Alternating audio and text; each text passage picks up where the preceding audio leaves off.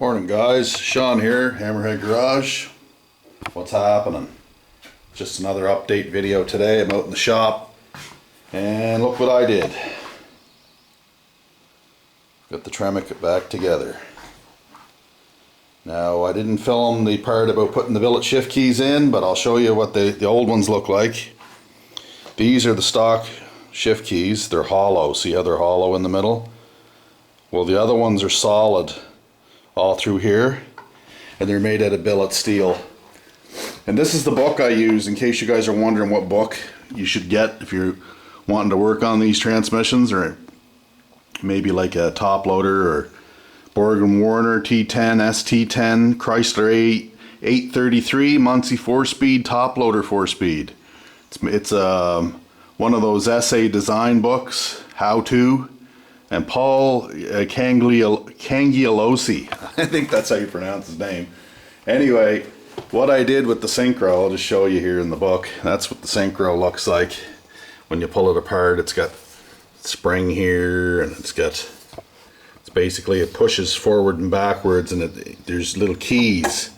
You see right where the red arrow is, or red circle, that's where the billet keys go, right in these locations. So you take the old keys out and you put the billet keys in, and you put the springs back in it, and you make sure it slides back and forth, and then you install it back on the main shaft.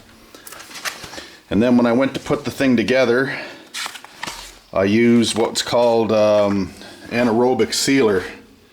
You see that red stuff? I got it right here.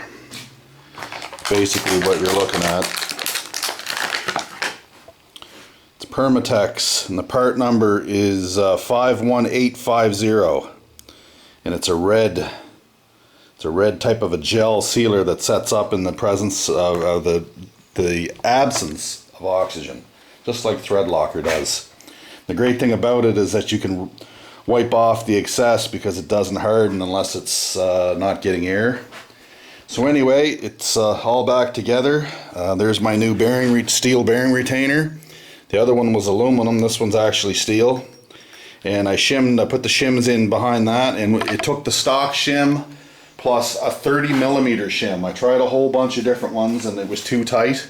And all I was trying to do was just get the end play out of it. Basically you push there and you push at the tail shaft, and there shouldn't be any end play in it. But it still spins freely. So that's awesome. And it shifts through all the gears. I put the new Pro 5.0 shifter on there with the shift stops and line that all up so it works.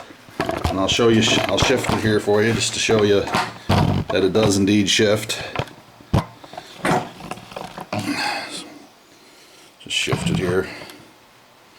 So it's a lot shorter to throw. So first, second, third, fourth, fifth, reverse. Well, it's a lot shorter throw, guys, so it's like bang, bang, bang, bang.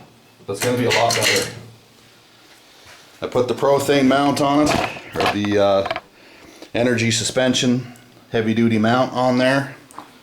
So now she's buttoned up. She's ready to go back in the truck, and that's going to happen. Now I get an update on my cylinder heads. I got them apart, and there was a couple issues, and I'm going to show you guys right now what the problem was. There's the valves all out of it. You can see inside there. And hopefully it's showing up good with the light. Get a better look here. Intake port. Now, you guys see? You see the lip right there? It's quite a step right there, and all the way around there's a step, and on the short turn radius is a real big step. Part of it is I got to grind all that out, and I got to blend it into this bowl here. I don't want to really change the shape of the port. I just want to smooth out the transitions. And the intake or the exhaust ones are even worse. If you can see the exhaust, they got a hell of a lip on them. Right here, man, holy whistling. So anyway, that's all I got to get ground out. And I want to blend it into the seat, just do a nice blend job on it.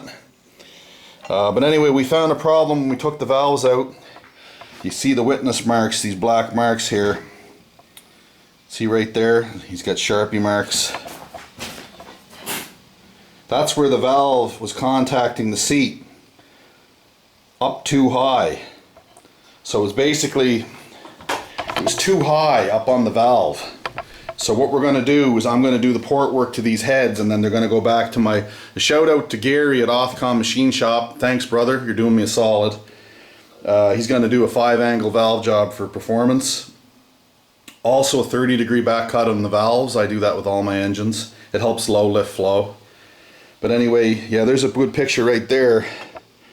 You can see that there's a friggin', look at the amount of machine material left in there. It's like a huge, let me get a screwdriver here and show you guys what's going on here. It's like, look at that.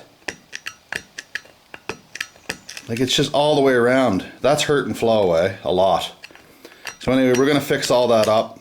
The ports themselves don't look awful bad, but there's some improvements that can be done there as well.